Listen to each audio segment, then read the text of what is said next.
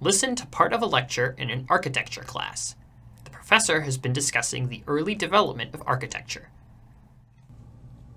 Some of the world's oldest examples of architecture are ancient temples found on European islands, like Sicily and Malta. And some of the oldest temples are the Tarshan temples on Malta, discovered in 1914. I can recall when I read an article by some scientists who figured out the age of the Tarshan temples. You see, I told my brother that they had figured out that the Tarshan temples were over 5,000 years old, and he observed that he had been alive for 50 years, so that's 100 times longer than he had been alive. He thought that was pretty amazing. And when you think about it, 5,000 years is a really incredibly long amount of time. You see, we are in the habit of thinking that people from that long ago must not have been very sophisticated.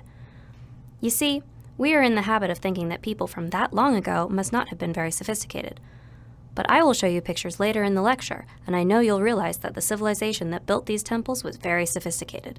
These temples are remarkable, and their design is so elegant, so modern, that it is very difficult to believe that they were built so long ago. But not everyone agrees on precisely how long ago. Several of the Tarshan temples have been established, by consulting historical records, to be more than 5,000 years old. So that makes them not just older than almost any other building in Europe, but also over 1,000 years older than the pyramids in Egypt, which you probably know about. Some historians have trouble believing that the Tarshan temples are older than the Egyptian pyramids, and they point out that the records that were used to date the temples are incomplete and maybe unreliable. But whatever we think about that issue, however old they are, if it's 5,000 years old or something a bit less than that, the Tarshan temples represent the very beginning of architecture, so they're a natural point to begin our study of ancient temples. Now, you see, one thing for you to think about is the time when these temples were built, the Bronze Age. That's the era we're discussing now, the early Bronze Age, several millennia ago, some of the earliest recorded human history. There were no modern building materials like concrete at that time, and so boulders, just giant stones, were employed as foundations that could support reasonably large buildings. Some of these buildings were palaces for the rulers to live in, but some of the greatest buildings, like the Tarshan temples, were not lived in at all. Instead, it was generally forbidden to go inside them, and people could enter them only on special occasions, like on particular days on the calendar, but not every day. So you were allowed to see the inside of the temples on special occasions, and only a few people were allowed in the temples at one time. And when you entered, you would bring gifts, like goats. But lots of people did enter the temples in total. There are records of hundreds of goats being brought into a temple in 1 year, long after it had been built. So we know lots of people went inside. They went inside, but not for long. People who lived on Malta were allowed inside the temples for no more than 1 hour at a time. So why? Why did the Maltese build these huge and beautiful buildings if no one spent much time inside them? We're not entirely sure, but it's a nice puzzle for us to ponder. Now let's think about the temples themselves. So, almost all early Bronze Age architecture was decorated with intricate stone carvings, and the Tarshan temples follow that pattern. The architects of the temples were very thoughtful about displaying, or even emphasizing, decorative carvings on the temple walls. The subtlety and precision of these carvings, you'll see them in the pictures I'll show later. So most carvings in the early Bronze Age are of geometric patterns. Circles are the most frequent pattern, and you'll often see triangles and spirals too, likely the easiest shapes to carve. But at the Tarshan temples, you also see carvings of scenes from daily life. So there's one of cattle and pigs being led to the market. Recall that animal markets were central to life in Malta during that time, so this was a very familiar scene to local people. However, the carvings at the temples never actually display any religious scenes. There's one carving that might show a parade on a holy day, but there's no clearly religious image. So who built these temples? Why spend so much effort on them? They have some kind of religious purpose. But what? Rituals? Prayer? We're not sure, but it was important enough to build these magnificent stone edifices that have now lasted for thousands of years on Malta.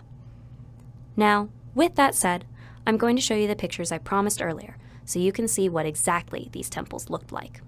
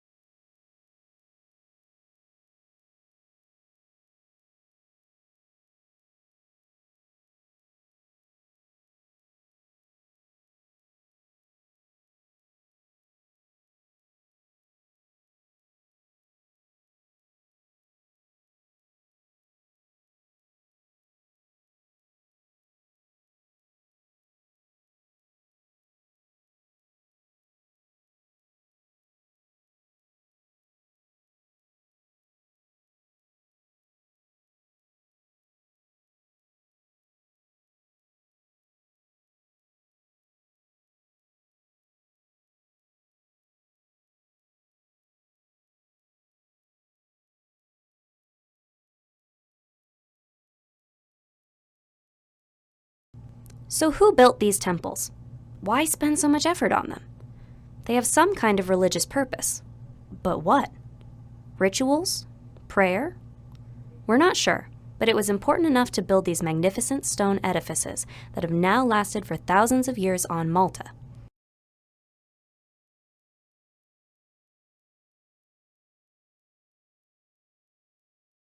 Rituals? Prayer?